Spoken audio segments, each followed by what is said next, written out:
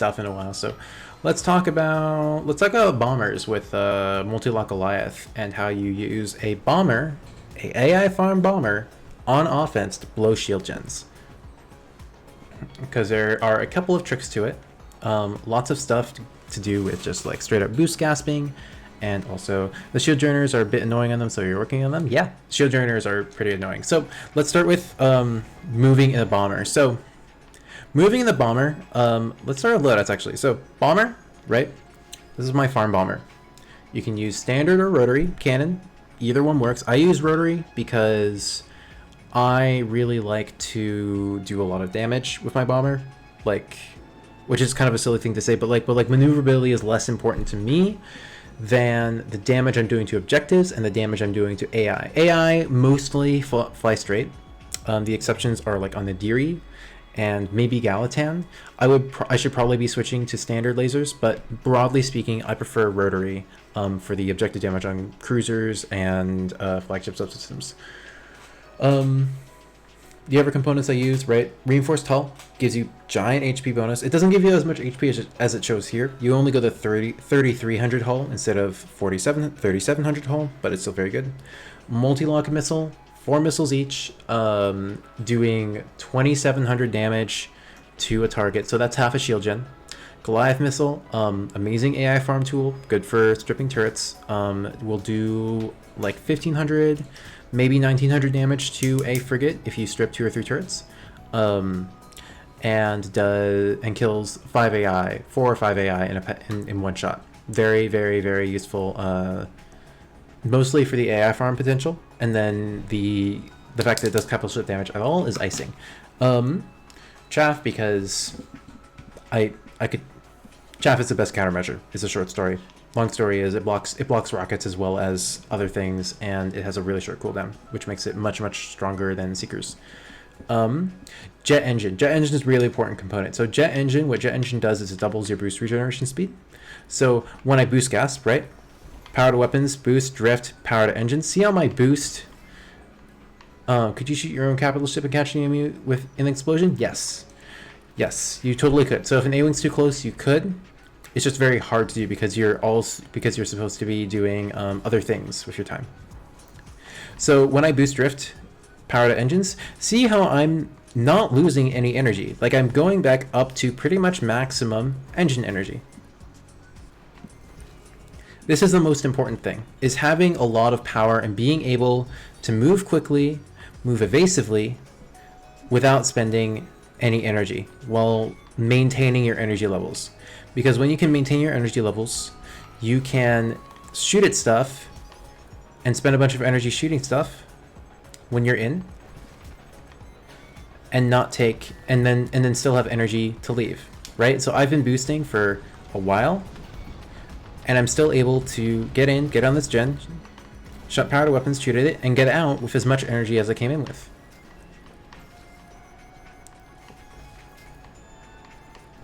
And I only took 30% damage during that whole mosquito from the capital ship.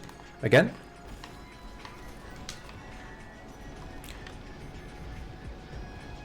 I have so much energy that I can just leave.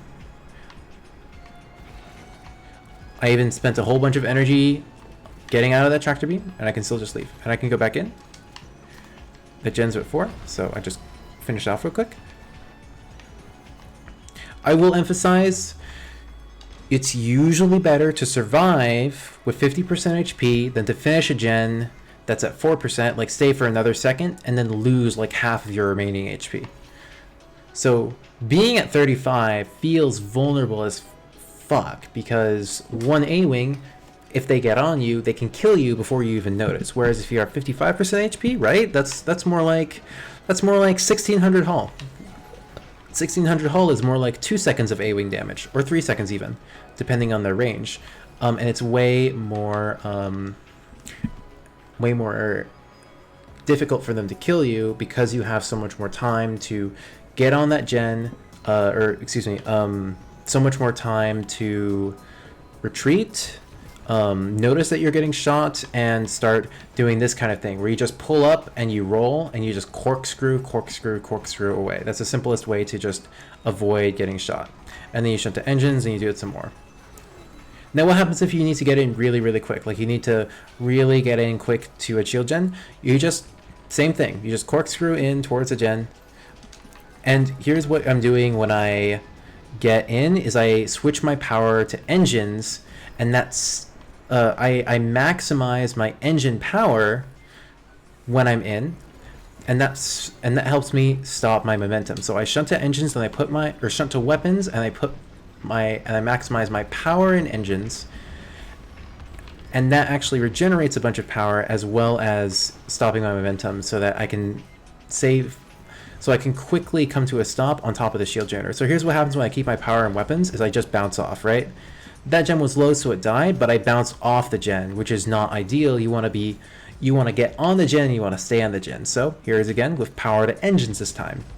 I kind of stop, and I overshoot a little bit here, but you get the idea, right? Like if I put my power to engines a little bit sooner, let go of my drift a little bit sooner, I come in here, let me switch ships. Oh, whatever, it's fine. I come in here, I move in slow, and I get more time on the gen than if I keep my power and weapons and bounce off. Part of it is the fact that I put my hang on. Yeah, so anytime you do this and you shunt to weapons, right? I let go of drift right here. See how I'm still moving. Let's do it again.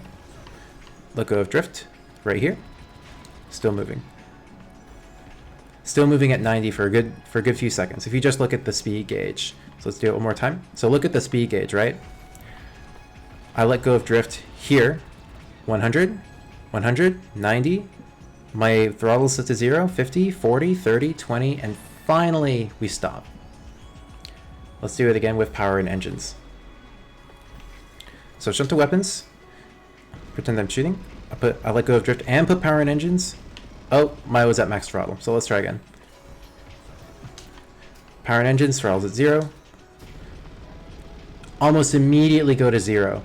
I stop so much more quickly when I put my power in engines when I let go of my drift. So boost, drift, power, shunt to weapons, power to engines, let go of drift, and I'm stopped.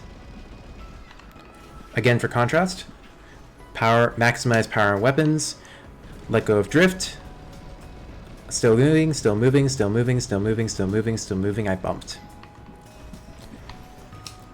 Shunt to weapons, drift, let go of drift, power to engines, I'm stopped. Very, very useful technique for all kinds of reasons. So like if you're drifting and you're like, oh god, I'm going to run into that, power to engines, stop. This works with every TIE, by the way. TIE Interceptor, TIE Fighter, TIE Defender. Oh god, I'm going to run into that. Stopped. Didn't run into it. Conversely, if you want to keep your momentum, you keep your power in weapons and you don't put it in engines. You keep it in weapons and you keep moving and you keep the dream alive and you keep firing and you keep moving to avoid damage from anything, really. Lasers, missiles, flagships, players, anything. Any moving target is pretty much always easier to, harder to shoot than a stationary target. Very, very useful to avoid getting shot. Now, for tractor beams, for the bomber, sometimes it's just better to just shoot it, like there. Just sometimes. Most of the time, if you have enough boost energy, you can try to escape. If you have some engine energy and then you can also shunt more to it, then it can be okay. A lot of the time, it's better to just shoot and get what damage you can in before you die. Just depends.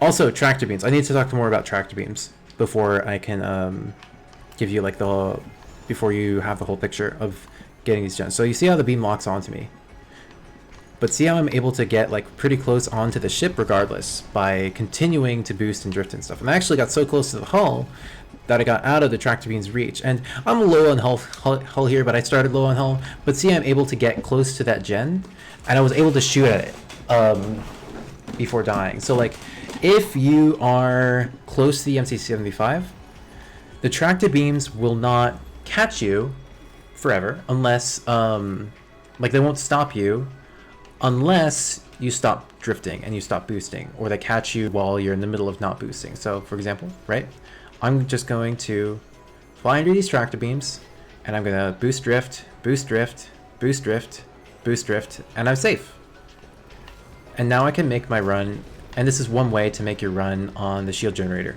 I hold my multi-lock missile until I have 3 pips, so that I could fire 3 missiles at it and really guarantee a lot of damage on the gen kill. Power to engines, so I drift in. Didn't quite put my throttle to 0 there, so I think that's probably why I bumped into it. But no big deal, I didn't take too much damage. I can just pull back in. If you go from below, there's not too much shields, and that's a dead shield generator. So even with a lot of mistakes, if you can stay alive and you can pull back in, switch your power to engines as you come in, and just mosquito the gen with your throttle set to 0. Very important to set your throttle to 0. You can blow that shield gen. To a large extent, putting your power in engines works if you only do it for a second. So let go of. No, you wanna hold in engines until it gets to 0. Never mind. Yeah. So if you, as you can see, if I let go of drift, power to engines for a second. Oops. Try again. Okay, so boost drift, release. Hang on. What am I doing here? Okay. Would an AI bomber be ideal against the MC-75? No, there are other more ideal builds, but this is sometimes the bomber that you just have if you're on offense, if you're going for like a no-swap strategy. So let go of drift, power to engines. Holding it gets you all the way down to that 0 that you want. Whereas, let go of drift, power back to weapons real quick. I'm still moving, I'm still moving, I'm still moving, and I bumped. You want your power in engines until you're stopped, or I just keep it in there the whole time I'm doing my run once I'm in, and I just jump to weapons. If it's too much to remember, just keep your power in engines the whole time you're like boosting, drifting in. You can even boost gasp, or just, wow, it's hard to, you can even boost and drift and stuff without ever taking your power out of engines. It's not as efficient, but if you're on your last leg of your attack run to the MC-75, as long as you put your power in engines so that you don't bump against the hull, that's more important than having a little bit of extra energy. Ideally, you would be doing this, having a little bit more momentum by boost gasping in, but it's not required. You don't have to. One thing I'll note is going for these runs, let me deploy the flagship again, just for the tractor beam deal. Sometimes, if you go in on the shield generator from particular angles, you will get tractor beamed and you'll get stopped right in front of the shield generator. So it's important to try this in practice mode a bunch of times and just get used to figuring out which angles. Wow, they didn't catch me that time. Weird. Figuring out which angles the beams will catch you on. So like if you go from a lower angle, doing that, and getting used to boosting past it anyway and getting on top of the gen, which can be very tricky. I've practiced it a lot, so intentionally messing it up is actually harder than not, weirdly enough. But there we go.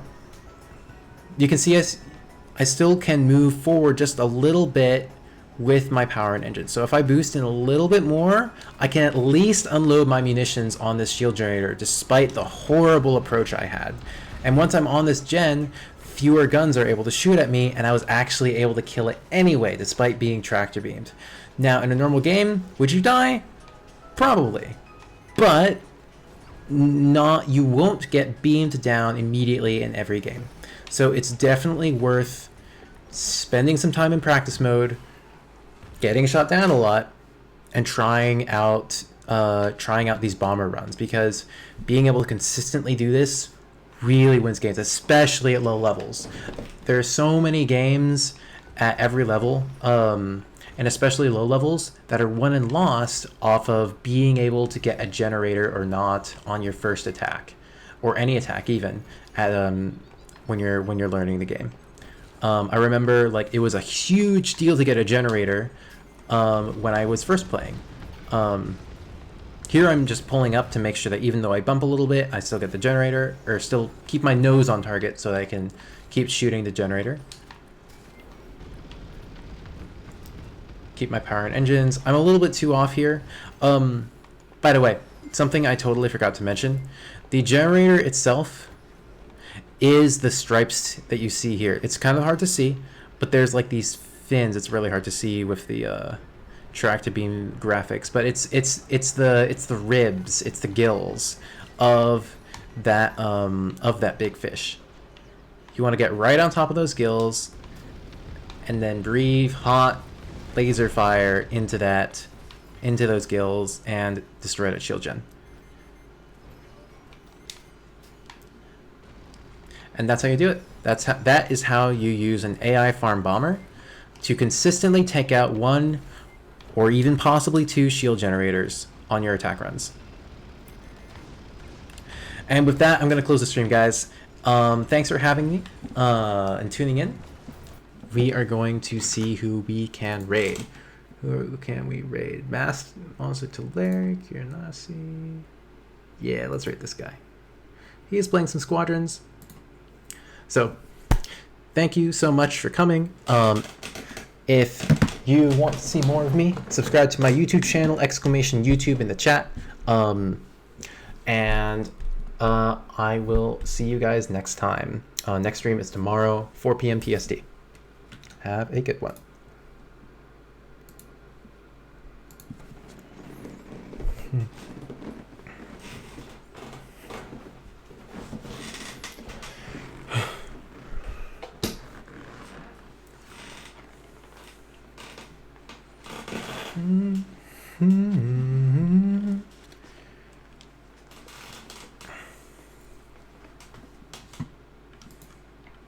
Can't hit you to save my life. Got it. Oh, it was running away too. That was clean. Oh my god, you're gonna stay up until 4 a.m. playing Valheim again? Jesus. Yeah. Dank. Yeah. Do you have it? No. I'm allergic to spending money, Sauce. Oh yeah. I would have spent money on, I forget what it's even called. Whatever, train game. Train game. Unreal. Yes. I'm glad you liked it.